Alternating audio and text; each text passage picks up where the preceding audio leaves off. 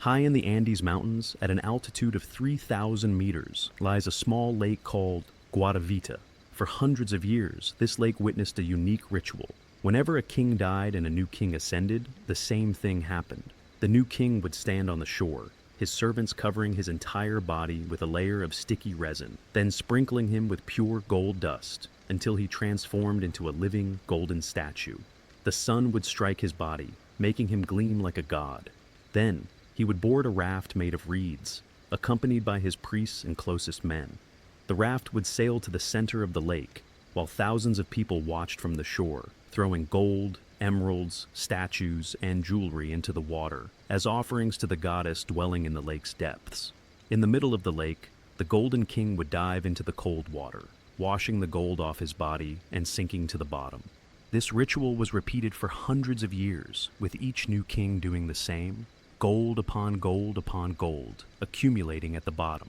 In 1537, the Spanish arrived in this land. They heard about this ritual, but they also heard something else, that this king, the one covered in gold, had a city richer than anything they had ever seen.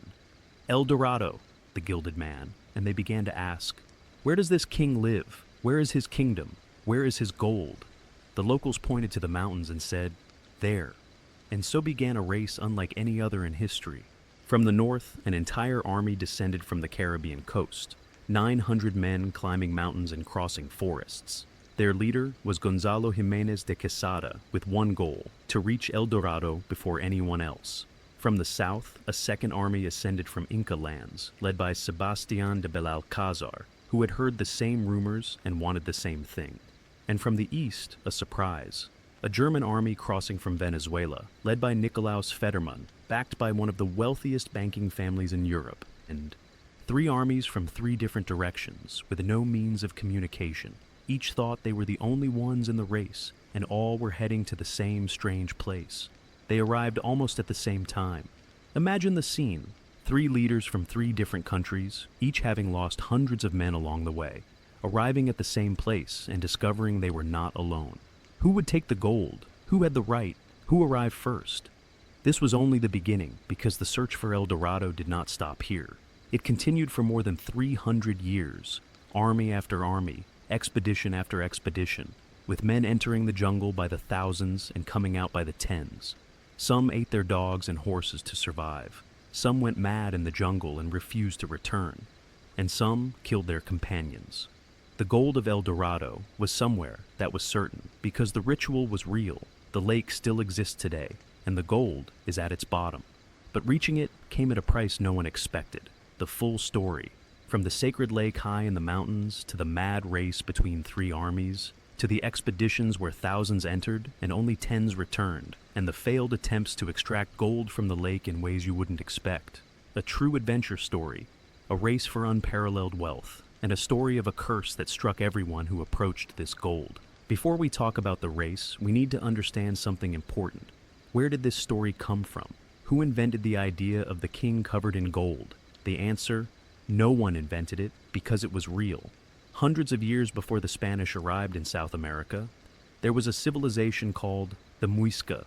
The Muisca lived in a high mountain region in what is now Colombia, a cold, green area full of lakes and rivers. This civilization was one of the richest in South America. Why? Because their land was full of gold. Gold was not rare for them. It was everywhere, in the rivers, in the mountains, in the soil. But here's the big difference. The Muisca did not love gold because it was wealth. They did not hoard it to become rich, nor did they buy things with it. For them, gold was sacred, something for the gods.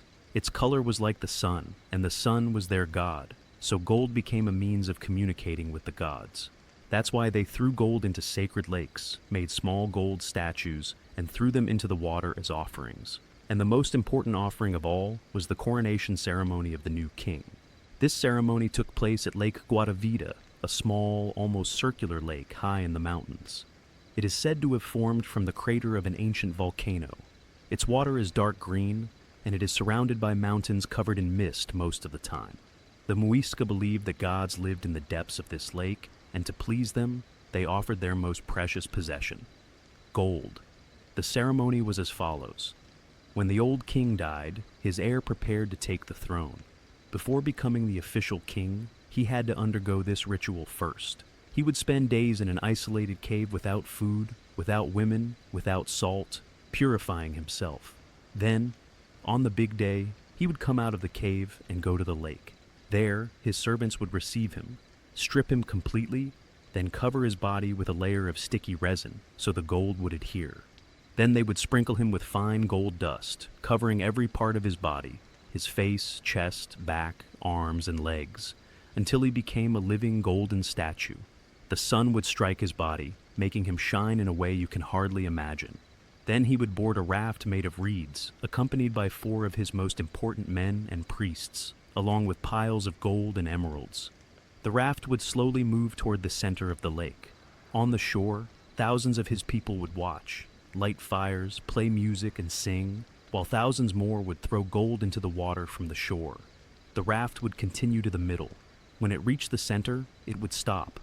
The priests would throw gold and emeralds into the water, piece by piece, sinking into the depths. Then the Golden King would dive into the cold water. The gold would wash off his body, and he would disappear into the depths.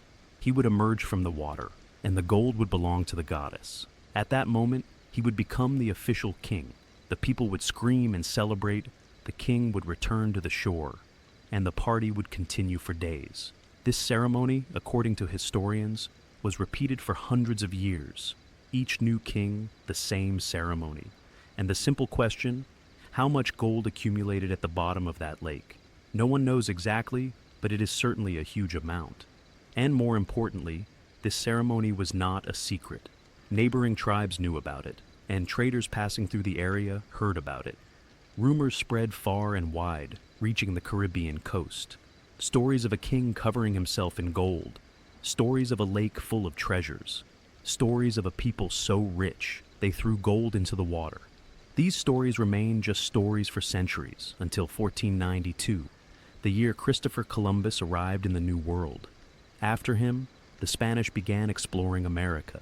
In 1519, Hernán Cortés conquered the Aztec Empire in Mexico and took immeasurable gold. In 1533, Francisco Pizarro conquered the Inca Empire in Peru and found even more gold. Gold flowed from America to Spain, ships laden with treasures. And the more gold they found, the more their hunger for gold grew.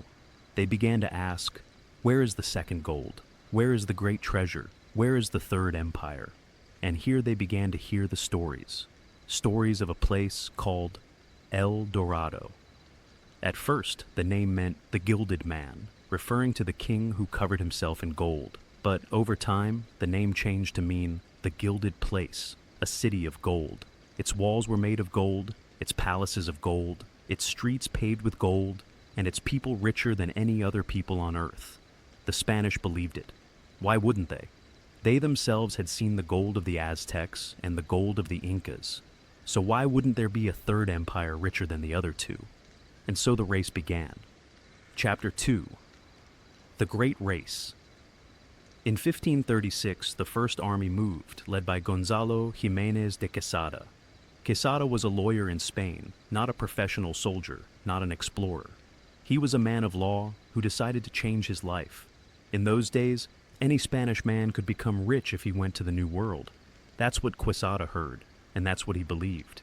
He left his profession and sailed to South America, arriving at the city of Santa Marta on the northern coast in what is now Colombia. There, he heard the stories of a rich kingdom in the interior, high in the mountains, where a people possessed immeasurable gold. Quesada decided to find it. He gathered an army of 800 men. Some sources say 900 Spanish soldiers, with horses and hundreds of local people as porters and guides. In April 1536, they set out.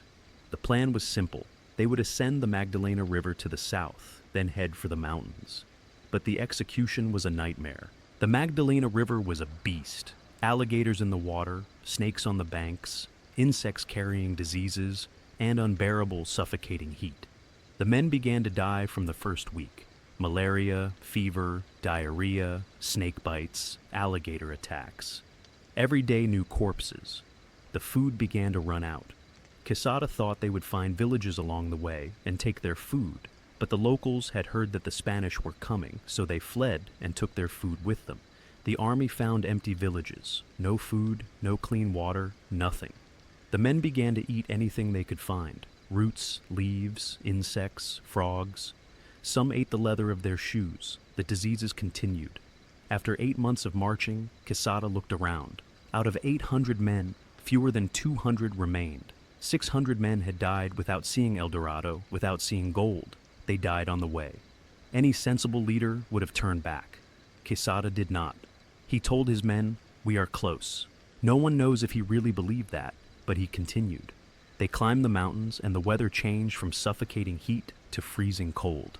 The men who had survived malaria began to die from the cold. The horses that had survived the alligators began to collapse from exhaustion, but they continued. And in March 1537, after a full year of marching, they arrived. They reached a high, green area with cold, clean air, wide plains and villages. Villages with people. The Muisca. Quesada looked around and saw something he did not expect. Gold. Not a city of gold, but gold everywhere. The women wore golden jewelry. The men wore golden earrings. The temples had golden statues, and even the doors of the houses were decorated with gold plates.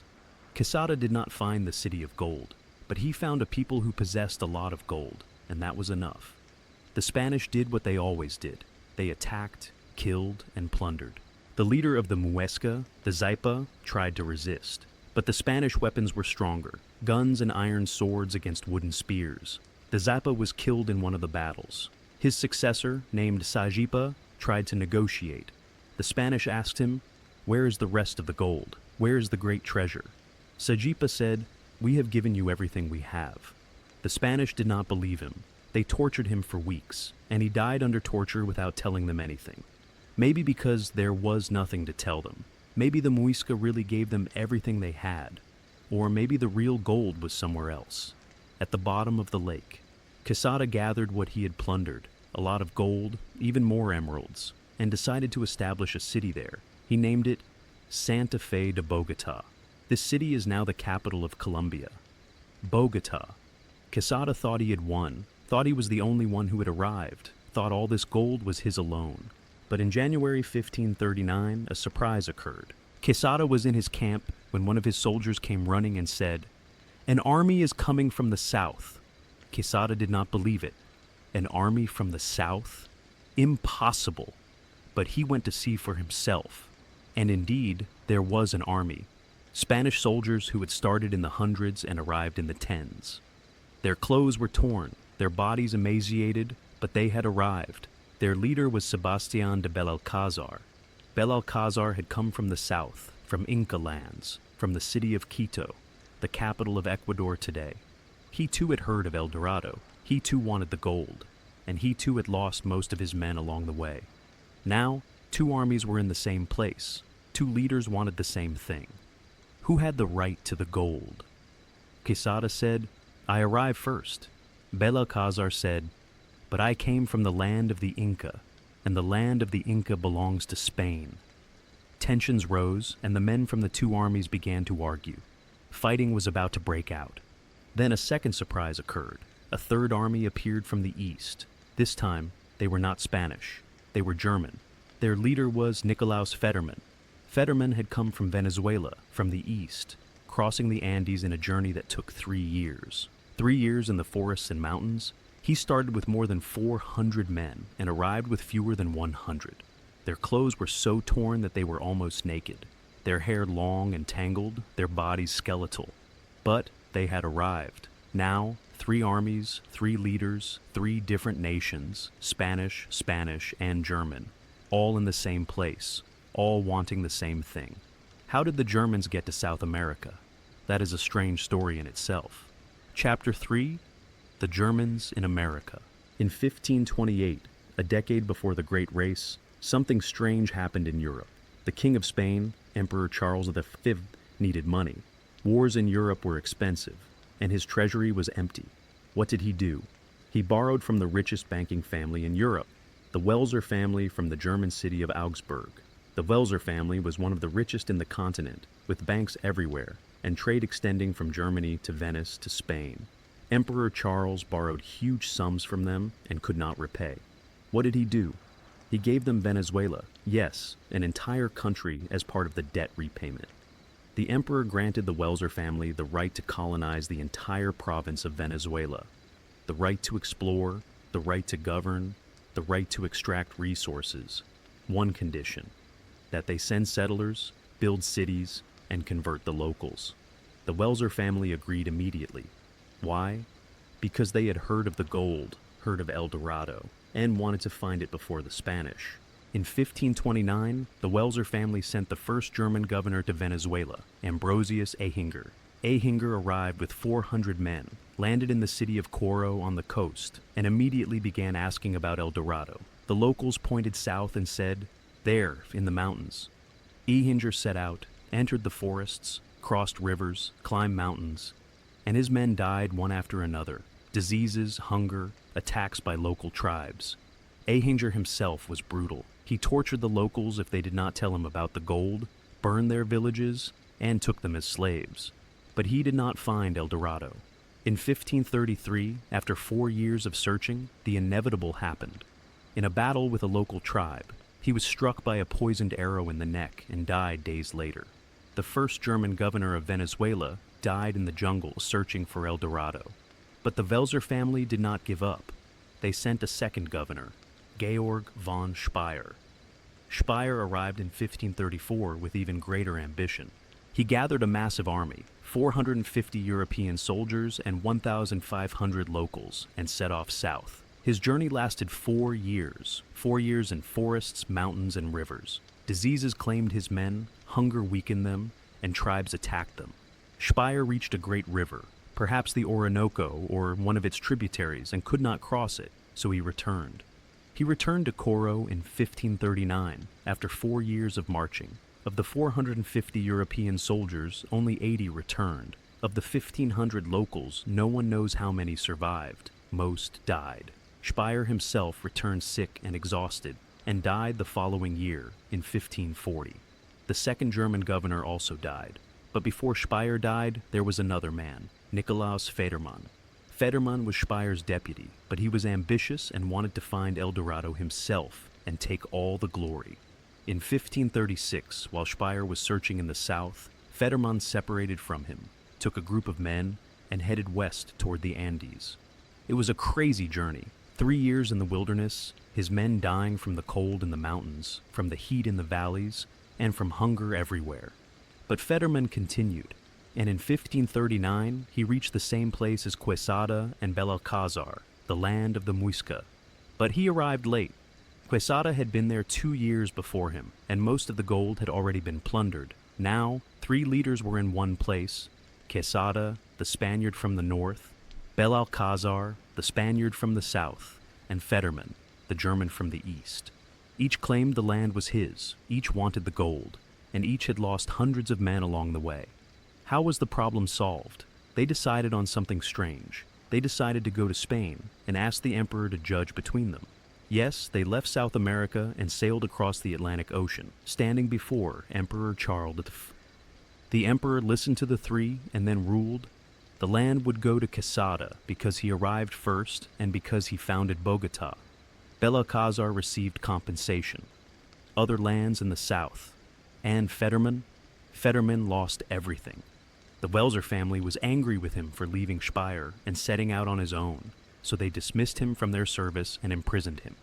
He died in prison a few years later. The man who spent 3 years in the jungle searching for El Dorado died in a German prison with nothing. But the story of the Germans in Venezuela did not end there. The Welser family sent a third governor, Philip von Hutten. Hutten was a young, ambitious nobleman who arrived in Venezuela in 1540 with one dream: to find El Dorado. He set off south, and his journey lasted 6 years. 6 years in the wilderness, diseases, hunger, tribal attacks, and getting lost.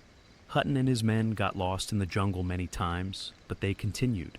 At one point, they heard of a large city deep in the jungle, a city called Omagua. It was said to be a city of gold, said to be the real El Dorado. Hutten headed toward it, and after years of searching, he reached an area with a large city. But what happened there was a disaster. The local tribe attacked them, a fierce battle. 15,000 local warriors against fewer than 100 exhausted Europeans. The result was clear. The Germans were crushed. Hutton himself was seriously wounded and fled. He decided to return to Coro, wanting to prepare a larger army and return to conquer that city. The return journey took years, and finally in 1546, Hutton approached Coro after 6 years of absence. But he arrived to a surprise. In his absence, the Spanish had taken control. The new governor was a Spaniard named Juan de Carvajal. Carvajal did not welcome Hutton's return. On the contrary, he feared losing his position if Hutton returned. What did he do? He ordered Hutton's arrest, and then his execution. Hutton, the third German governor, was beheaded, along with one of the Welser family's own sons, Bartholomeus Welser the Younger. Their heads were cut off. Emperor Charles was furious when he ordered Carvajal's execution, and annulled the Welser family's contract for Venezuela. The German Venezuela ended. 3 governors sent by the Welser family, 3 governors died, 1 by poisoned arrow, 1 by disease, and 1 by beheading. Hundreds of men were buried in the forests, and they did not find El Dorado. But the search did not stop, because there were others planning bigger and more dangerous expeditions. Chapter 4. Heart of Darkness. In 1541, while Hutton was struggling in the forests of Venezuela, another expedition set out from the opposite direction. This expedition would be the bloodiest in the history of the search for El Dorado. The leader was Gonzalo Pizarro. Pizarro, you should know this name. Francisco Pizarro was the man who conquered the Inca Empire, the man who captured Emperor Atahualpa, the man who plundered the gold of Peru. Gonzalo was his younger brother and wanted glory of his own. In 1541, Gonzalo Pizarro was the governor of the city of Quito, the capital of Ecuador today. And he heard 2 rumors. The first, east of the mountains, there was a valley full of cinnamon trees. At that time, cinnamon was worth its weight in gold. The second, beyond the Cinnamon Valley was the kingdom of El Dorado. Pizarro decided to find both. He gathered an army, not an ordinary army. 220 Spanish soldiers, 4,000 local Indians, horses, pigs for food, trained hunting dogs, and llamas to carry supplies. A massive army. The second in command of the expedition was Pizarro's cousin, a man named Francisco de Orellana. In February 1541, they set out from Quito, heading east toward the forests. The problems began immediately. The road from Quito to the forests passes through the Andes, towering mountains, snow, deadly cold. The men from the warm coastal areas could not endure it and began to die from the cold. The llamas died, the pigs died, even the dogs died. Pizarro continued. After weeks, they descended from the mountains and entered the forest. But the forest was worse. The Amazon, the densest forest on Earth. Giant trees blocked the sun, suffocating humidity, unending rain, and insects everywhere. Mosquitoes carrying malaria, ants that eat flesh, poisonous snakes at every step. The rivers, deep, tangled rivers, alligators, piranhas. The men began to fall. Malaria alone killed dozens in the first weeks. The food ran out quickly. Pizarro thought they would find villages along the way and take their food, but the locals had fled when they heard the Spanish were coming, taking their food with them. The army found empty villages, no food, nothing. They began to eat anything, tree leaves, plant roots, frogs, lizards, snakes.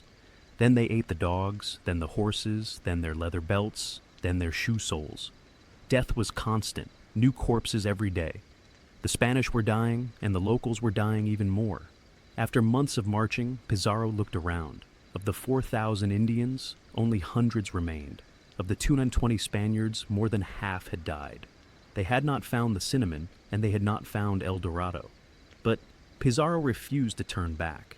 He continued, reaching a river, the Coca River, a tributary of the Napo River. Pizarro decided to build a boat. They cut down trees, made planks, and built a small ship, naming it San Pedro. The plan? The ship would carry the sick and supplies and sail down the river, while the rest walked along the banks. But the problems continued. The river was fast and strong, and the banks were rugged and difficult to walk on. In December 1541, after 10 months of the expedition, the situation became catastrophic. The food was completely gone, and men were dying of hunger. Some began to lose their minds. Pizarro made a decision. He he sent his cousin Orellana with the ship San Pedro and 50 men. The mission, to go down the river, find food, and return. Orellana set out and descended the river. The current was stronger than they expected, and the ship sped downriver.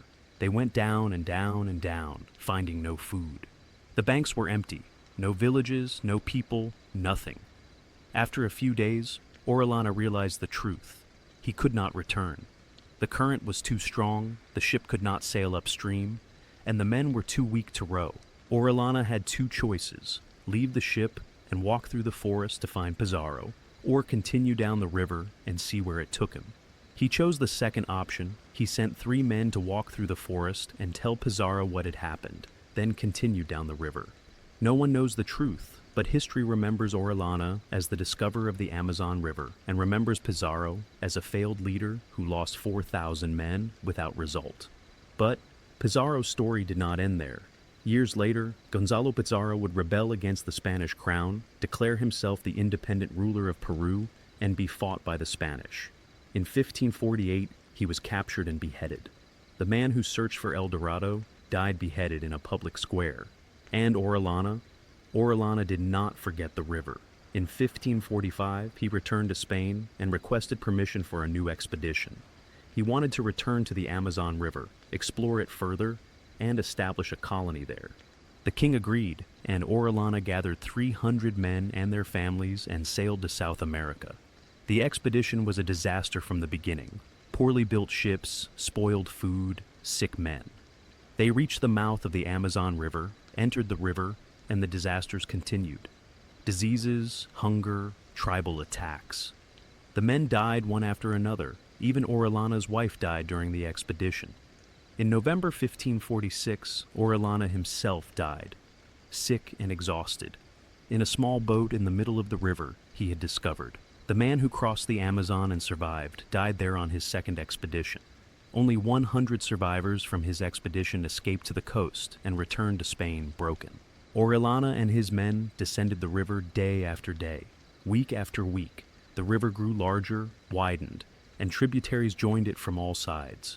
Orellana did not know it, but he had entered the largest river in the world, the Amazon. At first, they were dying of hunger. They ate the ship's leather, their shoe soles, anything they could chew. Some died. Then they began to see villages, small villages on the banks. Orellana stopped, negotiated with the locals, obtained food, and continued. The further they descended, the wider the river became. In some places, they could not see the other bank. It was like a sea. The villages became larger. Some were small cities with thousands of inhabitants, organized houses, and cultivated fields. Orellana saw civilizations no one had ever heard of before, and he saw something else. In June 1542, midway through the journey, a tribe attacked them. But this tribe was different. The warriors were women, tall, strong women, fighting with bows and arrows, fierce. Orellana and his men barely escaped. Later, Orellana would tell this story, saying he had seen warrior women like the Amazons, the mythical warriors of Greek mythology. From this story came the name of the river, the Amazon. Was the story true? No one knows. Maybe he really saw warrior women. Maybe he saw men with long hair and mistook them for women. Or maybe he invented the story to arouse people's interest. But the name remained. Orellana continued for 8 months on the river. 8 months of continuous descent, battles with tribes, hunger, disease, and death. Of the 50 men who started with him, fewer than 30 survived. And finally, in August 1542, they saw something. The water changed, becoming salty. Orellana understood. They had reached the ocean, the Atlantic. They had crossed all of South America from the Andes in the west to the Atlantic in the east. Orellana became the first European to cross the entire Amazon River. But he did not find El Dorado. Orellana reached an island on the coast, repaired his ship, then sailed north, reaching Venezuela, and from there sailed to Spain. He arrived in Spain in September 1542. The people celebrated him, the king received him, and everyone wanted to hear his story. The story of the great river, the story of the Amazon warriors, the story of survival in the depths of the jungle. But what about Pizarro? Pizarro waited for Orellana, waited a week, 2 weeks, a month. He did not come. Pizarro understood. His cousin had left him. Did he leave him intentionally? Did he betray him, or was he unable to return? Pizarro did not know, but he was furious. And now he was stuck in the middle of the jungle, without a ship, without food, and his men dying. He decided to return to Quito. But returning was harder than going. The same path, the same jungle, the same diseases, the same hunger. But this time, the men were weaker. Months of marching, every day someone died. They ate the remaining horses, the dogs, everything. Some, it is said, ate the flesh of the dead. No one knows if this is true, but the hunger was deadly to the point that anything was possible. Pizarro himself nearly died more than once. And finally, in June 1542, after a year and a half of the expedition, Pizarro reached Quito, the city from which he had set out. He looked at the men with him and counted them. Of the 220 Spaniards who had left with him, only 80 returned. 140 Spaniards had died, and of the 4,000 locals, not a single one returned. 0. 4,000 people had entered the jungle with Pizarro, and none came out. Some died of disease, some of hunger, some fled along the way, and some, no one knows what happened to them. This was Gonzalo Pizarro's expedition. A year and a half, at least 4,000 dead. And they did not find cinnamon, and they did not find El Dorado. Pizarro returned to Quito, angry and broken. The first thing he did was declare Orellana a traitor.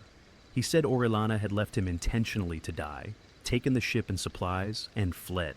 But Orellana in Spain was telling a different story. He said the current was too strong, and he could not return. Chapter 5. The English Obsession.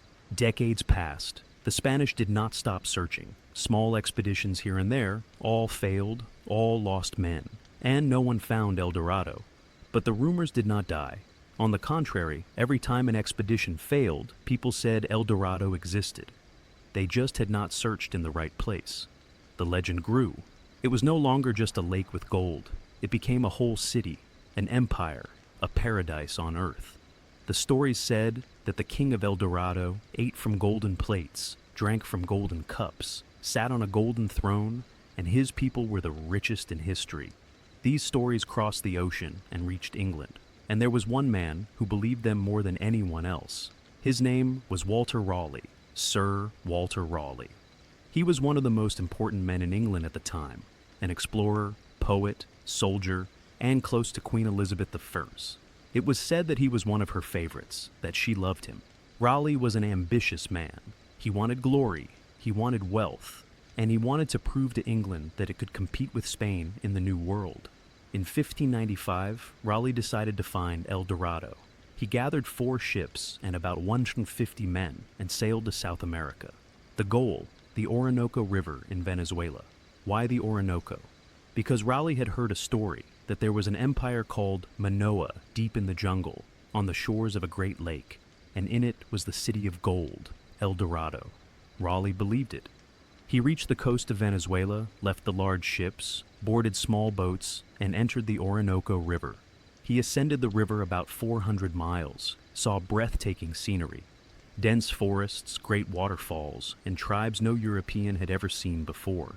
He negotiated with some local chiefs, asked them about El Dorado, and they pointed inland, saying, "There, far away, beyond the mountains." Raleigh wanted to continue, but the rainy season began, the river rose, and travel became impossible. He was forced to return. He returned to England without gold, but he returned with something else, a book. He wrote a book about his journey, titled The Discovery of the Large, Rich, and Beautiful Empire of Guyana, and of the great and golden city of Manoa, which the Spaniards call El Dorado. In this book, Raleigh described everything he had seen, the forests, the rivers, the tribes, and described El Dorado. But he had not seen it. He described it based on what he had heard from the locals. He said it was a great city, its walls made of gold, and its king the richest in the world. The book was a great success. People in England read it with enthusiasm, believed every word, and the excitement for El Dorado grew. But Raleigh could not return immediately because his life in England had become complicated.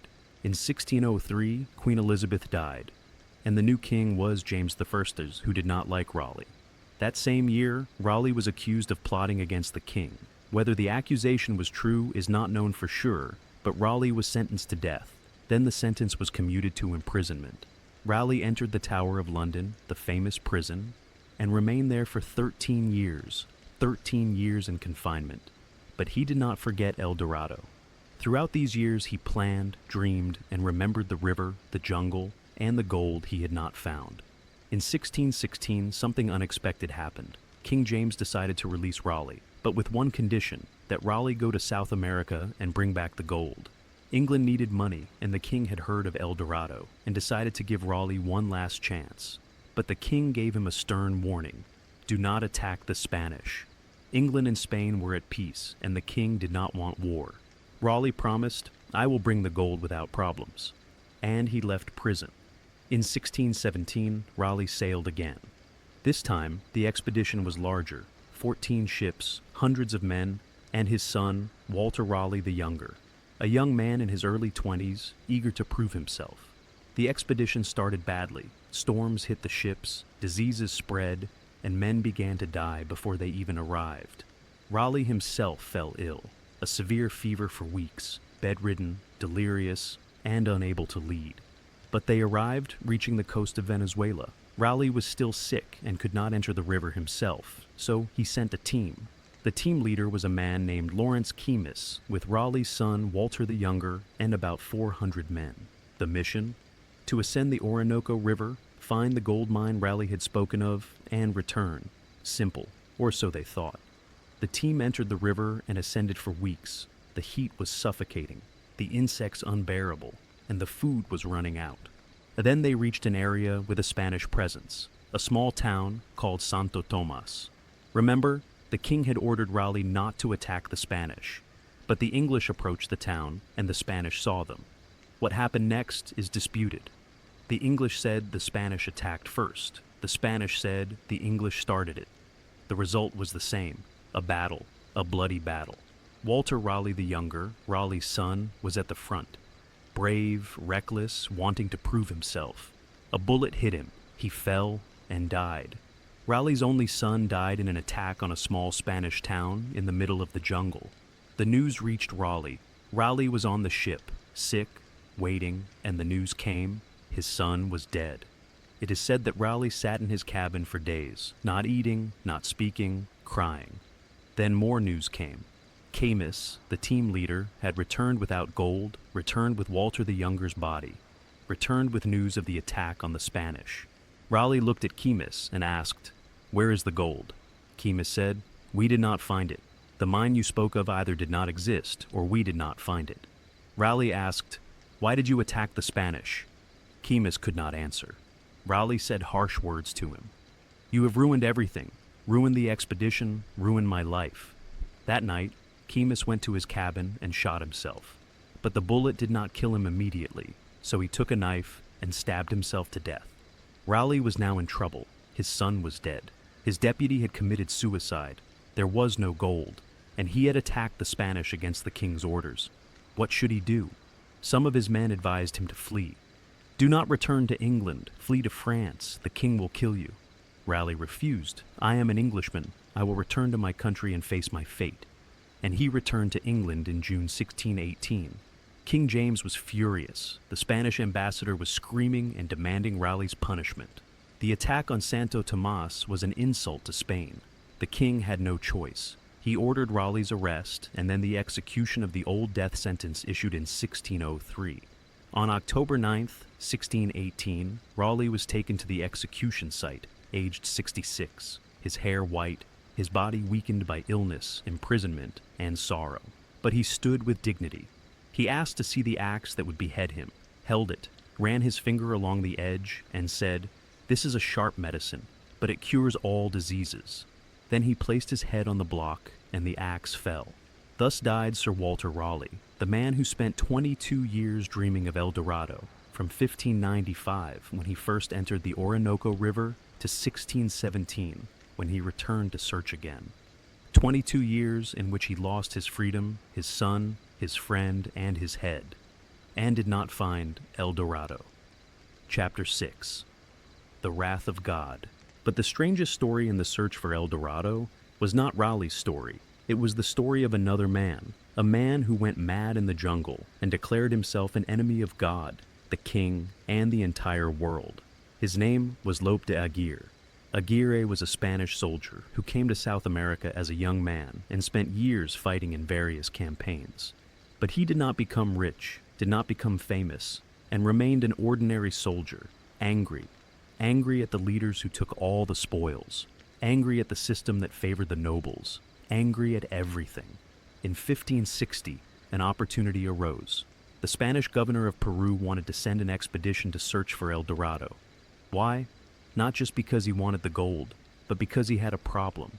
There were many idle Spanish soldiers. The wars against the Inca had ended, and the soldiers, without work, began to cause trouble. The governor thought, why not send them into the jungle? Either they find El Dorado and become rich, or they die there and disappear. In both cases, the problem is solved. So he announced the expedition. The leader would be a nobleman named Pedro de Ursua. Ursua was a handsome young man from a noble family, known for his bravery, and he was madly in love with a beautiful woman named Inez de Atienza. Inez was a rich widow, one of the most beautiful women in Peru, and Ursua loved her passionately. He decided to take her with him on the journey, a foolish decision, but love is blind. In September 1560, the expedition set out.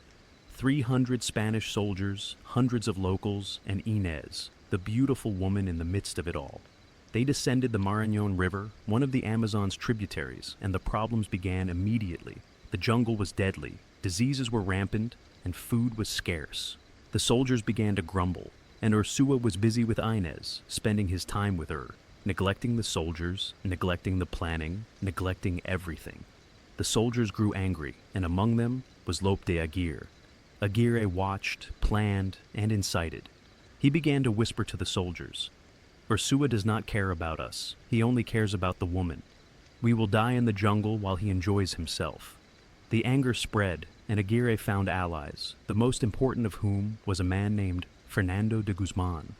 Guzman was a young, ambitious nobleman, and foolish. Aguirre convinced him of his plan. They would kill Ursua and declare Guzman the new leader. Guzman agreed. On New Year's Eve, January 1st, 1561, the coup took place.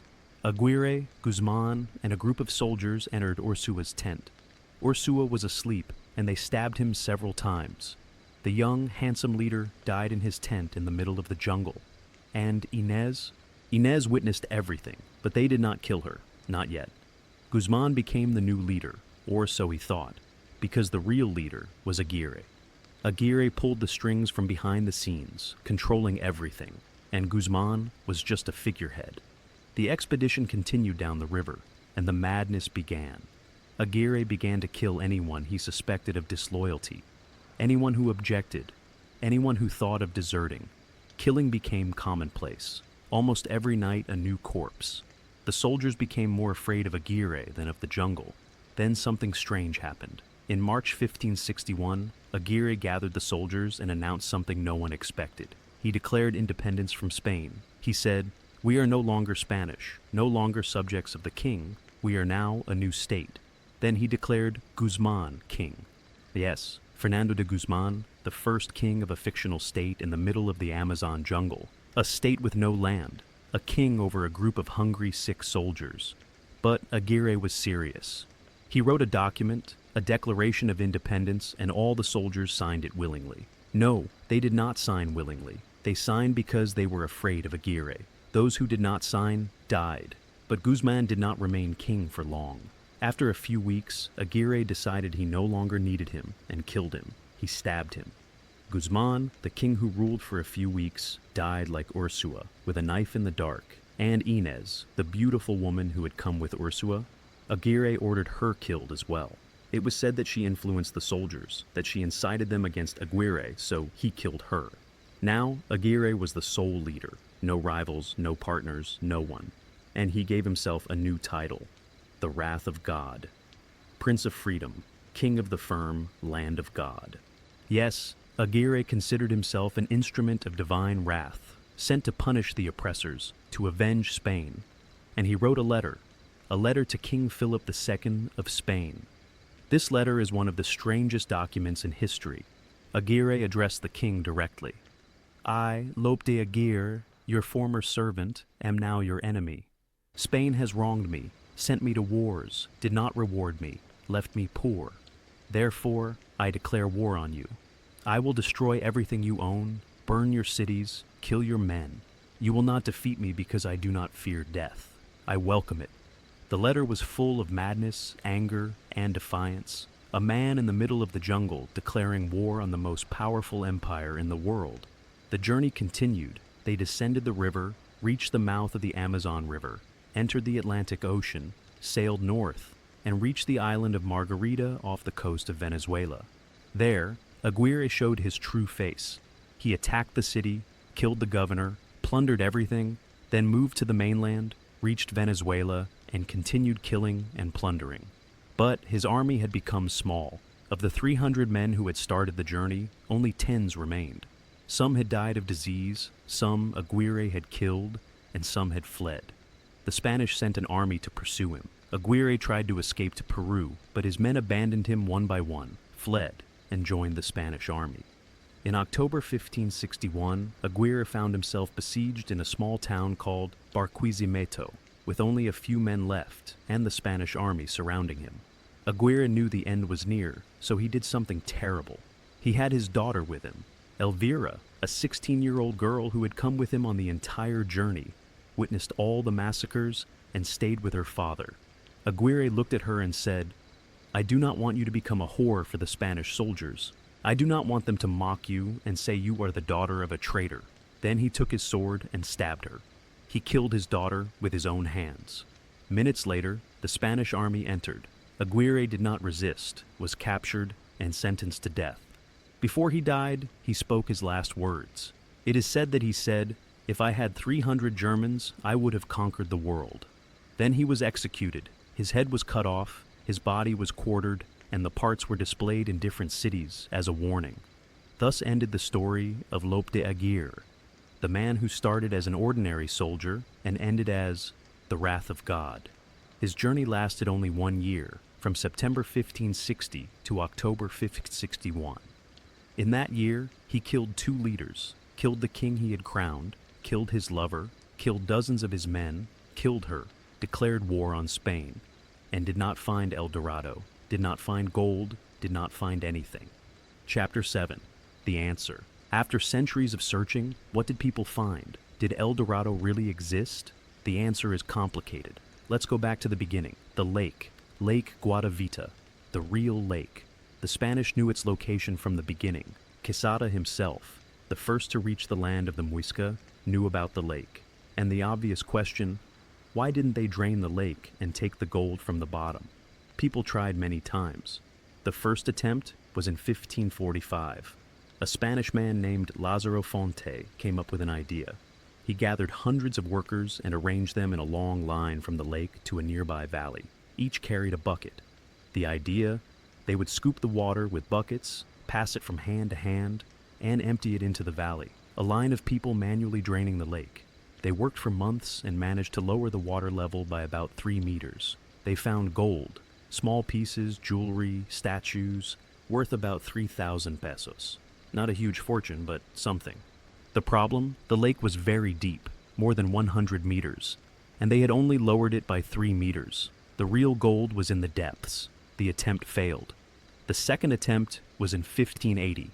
A Spanish merchant named Antonio de Sepúlveda came up with a smarter plan.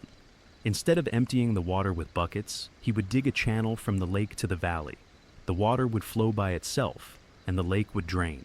He gathered thousands of workers from the local population and began digging. Months of hard work, and the channel progressed. Finally, they reached it, opened the channel, and the water began to flow. The lake level dropped and dropped and dropped until it had dropped by about 20 meters. They found more gold than the first time. Valuable gold pieces, emeralds, artifacts, including a golden breastplate studded with emeralds, sent to King Philip II as a gift. The value of what they found was about 12,000 pesos, 4 times the first attempt. But then, disaster struck. The channel collapsed. The walls could not withstand the mud, collapsed, and the water and mud buried everything. The workers who were inside the channel died. dozens buried alive. Sepulveda himself was injured. The attempt stopped, but people did not give up. Centuries passed and technology advanced. In 1886, a British company decided to try. The company was called the Guatavita Lake Exploitation Company. They brought modern equipment, steam pumps, lined tunnels, a precise plan. They began work. They dug a tunnel under the lake, and the pump sucked out the water. Months of continuous work, and they succeeded. The lake was almost empty. Only about 1.5 meters of water remained at the bottom. But then something unexpected happened. The strong equatorial sun struck the lake bed, and the mud at the bottom dried, and turned into something like cement. Hard, tough, impossible to dig. The British company stood before the lake bed and could not reach the gold. They tried to dig, but barely scratched the surface. What they found? A few pieces worth less than 500 pounds sterling, much less than the cost of the project. The company went bankrupt. In 1929, it officially declared bankruptcy. After that, others tried. Small attempts, divers, equipment, but all failed. In 1965, the Colombian government decided to end the story. It declared the lake a protected heritage site. Digging prohibited, exploration prohibited, anything prohibited. The gold at the bottom of the lake would remain there forever. But the story has a strange ending. In 1969, a Colombian farmer was walking in the mountains, looking for a cave to shelter from the rain. He found a small cave, entered, and in the darkness saw something shining. He reached out and pulled out a golden artifact, a small raft made of pure gold, with small statues of people on it, and in the center, a larger statue, a standing man surrounded by 4 smaller men. The farmer did not understand what it was, took it, went to the city, and gave it to the authorities. Scientists examined it and realized what it was. This raft was a model of the gilded king ritual. The man in the center was the king covered in gold. The men around him were his priests, and the raft was the boat he rowed into the lake. This artifact was made hundreds of years ago, perhaps as an offering or a souvenir. And now it is the only physical evidence that the story was real. The ritual was real, the gilded king was real, and the gold in the lake was real. This raft is now in the Gold Museum in Bogota, the capital of Colombia, and is one of the most famous artifacts in all of South America. And the truth is that El Dorado was not a city, not an empire, not a paradise of gold. It was just a ritual, a simple religious ceremony, a king covering himself in gold, diving into a lake, and offering a sacrifice to the god. That's all. But the Spanish and Europeans in general did not understand. They heard of a gilded king and imagined a city of gold. They heard of treasures and imagined immeasurable wealth. They took a simple story and turned it into a legend. Then they lost thousands of lives searching for this legend. Tota tota, the story is over.